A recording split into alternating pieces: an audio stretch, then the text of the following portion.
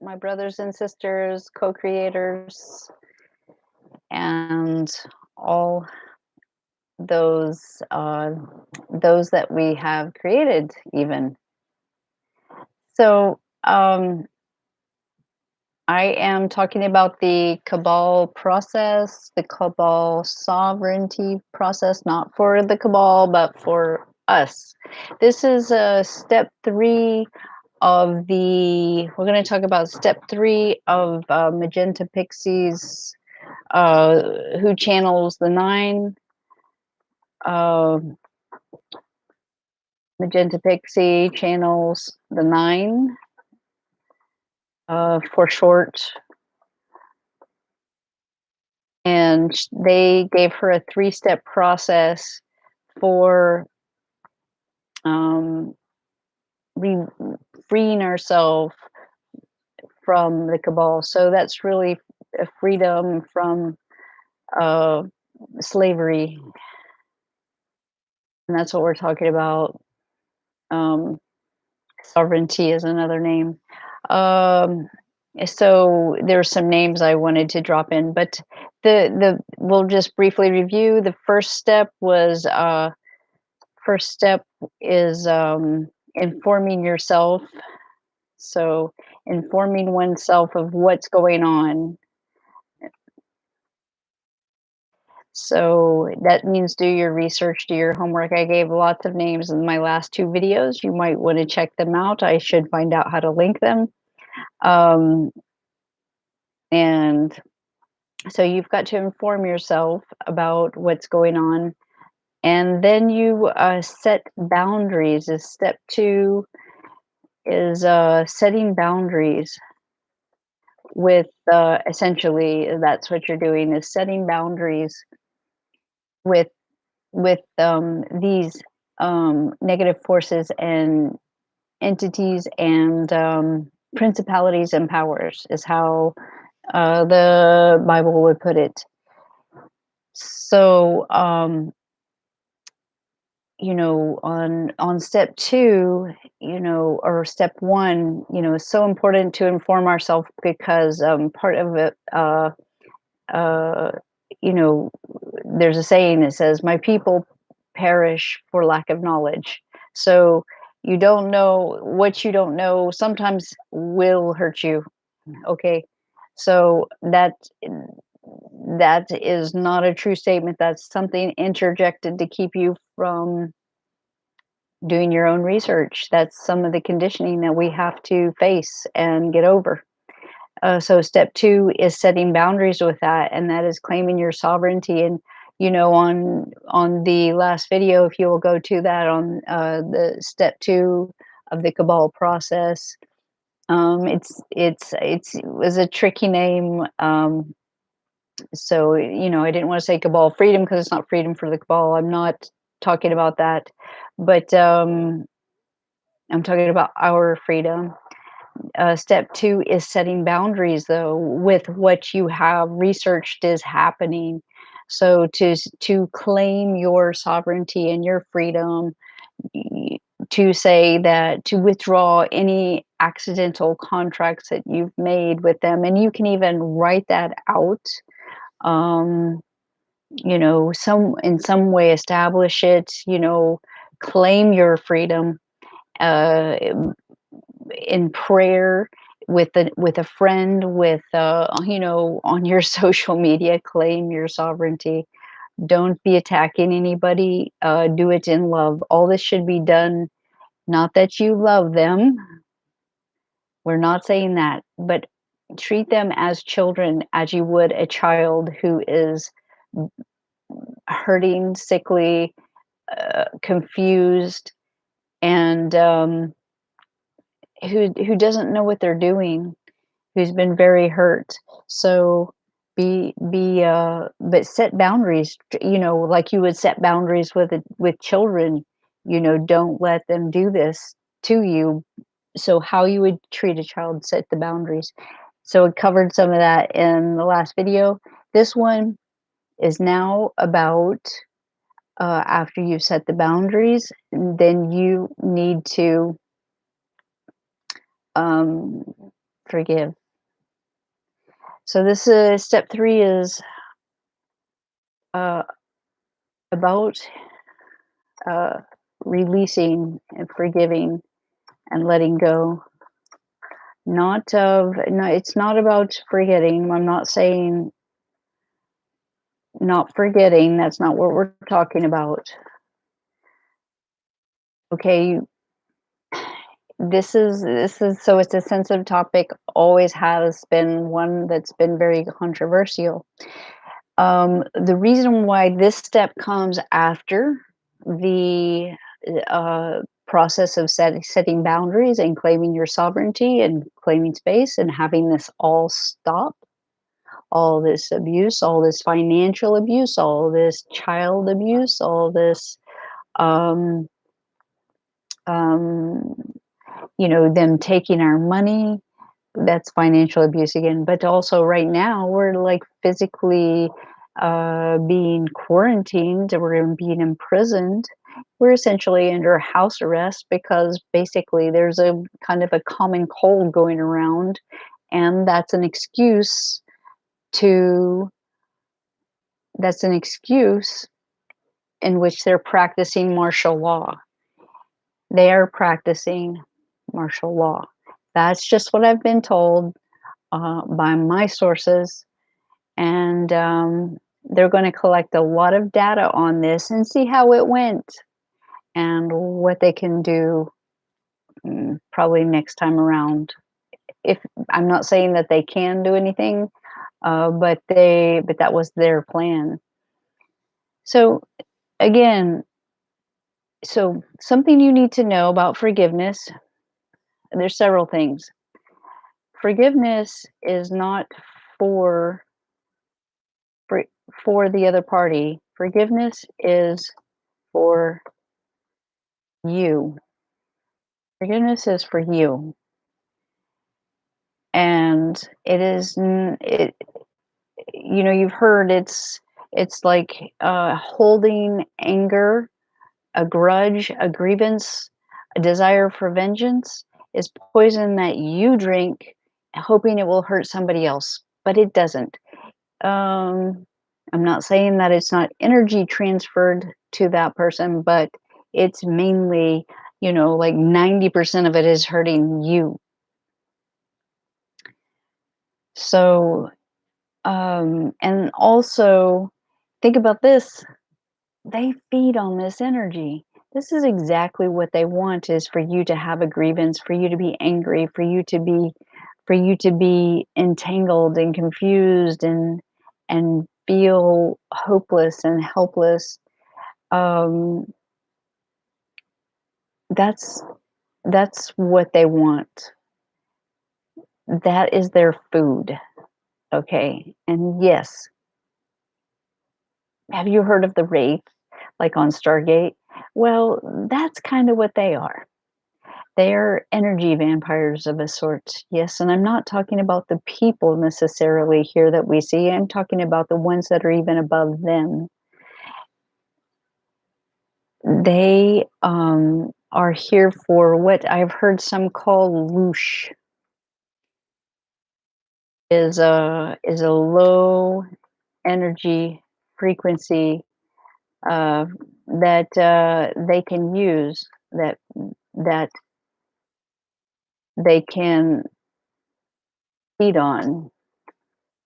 So that's their good food, especially when it comes from energetic or innocent sources like children. So um,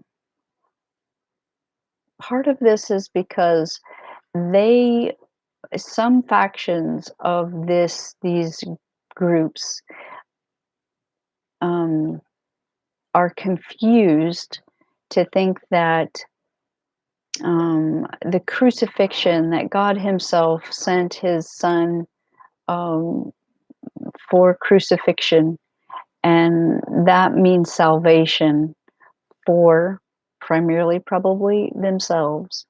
So, um, but but there's something, and that would be the Vatican. The Vatican also is part of this. They focus on, the crucifixion.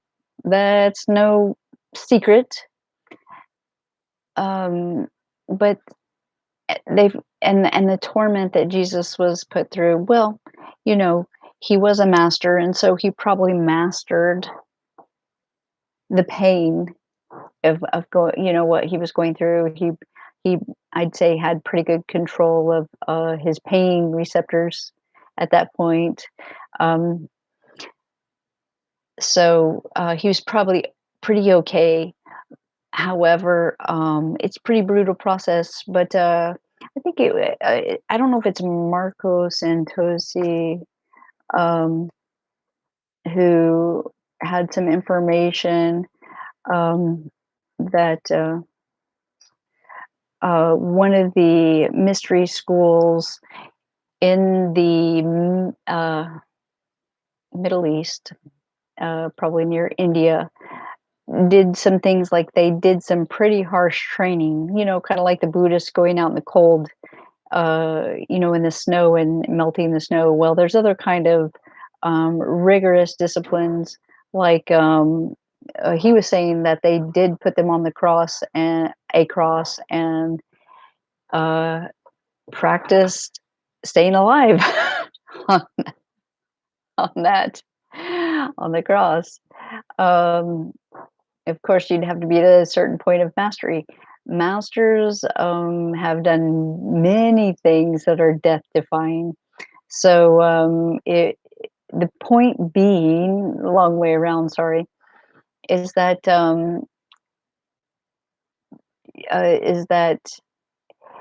the focus of Jesus's of the crucifixion was not the crucifixion. The point was that he overcame death, and it was the resurrection, what we celebrate on Easter. That's the big day that we celebrate. Not Good Friday is not quite as big as Easter, at least here. So we're practicing his we're celebrating his resurrection, and hence, people who focus on the crucifixion are very confused. And if you've done your research on what they're doing to innocent uh, children, which would be the same symbolism as the Lamb of God, the innocent Lamb of God. Since they're confused that God did this to His Son, that some of them are confused and think that tormenting young children is some form of creating salvation. There is some other things like that. Now, I'm not sitting here defending uh, their actions and defending them. What I'm saying is that um, they are like confused children, children who are, when a human is emotionally immature, spiritually immature, they're what we consider children. They make mistakes, and they're very, but oh dear, it says my connection is unstable. So, hopefully we're not going to be shut down. So the the point is that we're playing a big spiritual game here, so they're playing a big spiritual game, and so they're like spiritually immature new beings. They may be technologically advanced, but they lack heart and they lack ethics and morals. And, like when we bring up children, we teach them those things. So I'm asking you all to take a parental point of view here and not condone what they're doing, but also to to see through see through it, to have something in your mind that goes, okay, I want I these, if they are real, are children or creations of God, because everything in the universe is a creation of the creator, if they indeed are real. If they are not, here's another point. If they are not, and we're aware of it, which we're supposed to be aware, um, if you are aware of this has reached your reality, then from my teaching, from A Course in Miracles, it would say that they are a shadow side of our minds. They are the part of ourselves that in this life and this memory we have ejected from ourselves because it's too unfathomable and it's too unacceptable to our own psyche, so we have projected it out into the illusion, into into the field of the world, and it is reflecting back to us shadow parts of our mind that we must accept. And that does not mean condone, that means accept that it is going on, that it has happened in this third dimensional experience. Again, this is an experience, does not mean it's reality. Does not mean it's reality. And in A Course in Miracles teaching, it will tell you that you have fallen asleep and are dreaming a terrible nightmare, knowing what's going on in this world right now. Um, in the Bible, it says that um, Adam, when he ate the apple from the tree of knowledge, he fell asleep. It never said anything about him waking up. So we we are Adam in Adam's mind, dreaming dream figures, and we need to wake up. So if it didn't happen, if this is an illusion, like the Aboriginals say, and many Native Americans and shamans say, this is a dream, and the dream is not a happy one. If it's not a happy one, we're having a nightmare, and we need to wake up. So if it didn't actually happen in reality, because in reality, these things don't happen. God doesn't create these things. These things are fictional, and they doesn't mean it's not an experience that we haven't entered into to play the game, because we have.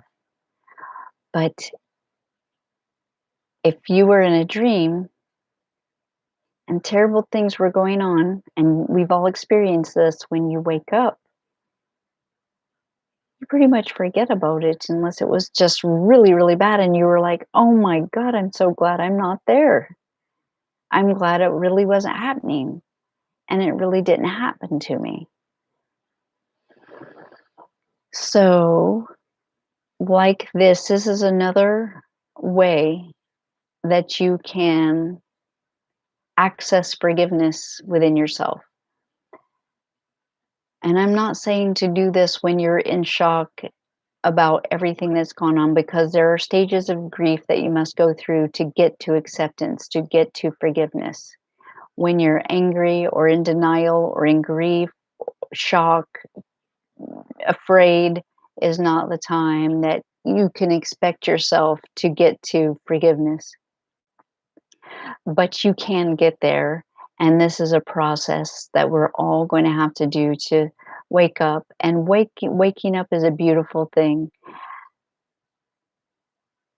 But at first, you may be terrified and frightened and angry, and that's understandable. But don't stay there.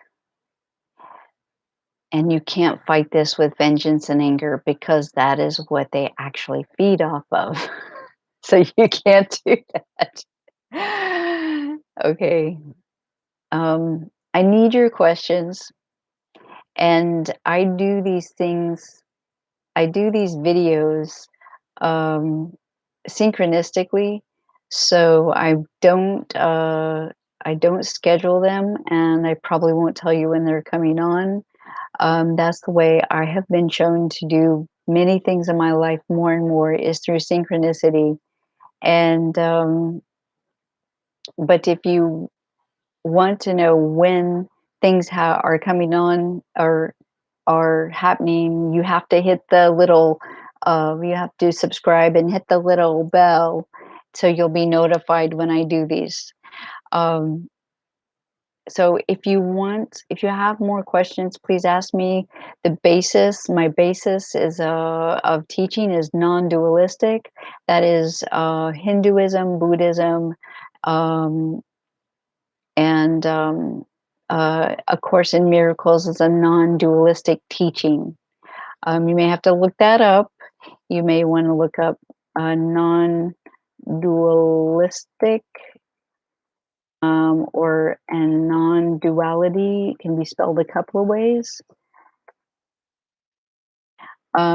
Look those up, and I'm talking about A Course in Miracles. It's a wonderful, amazing book that has gotten me through some really tough times like this. So I bless you all, pray for you.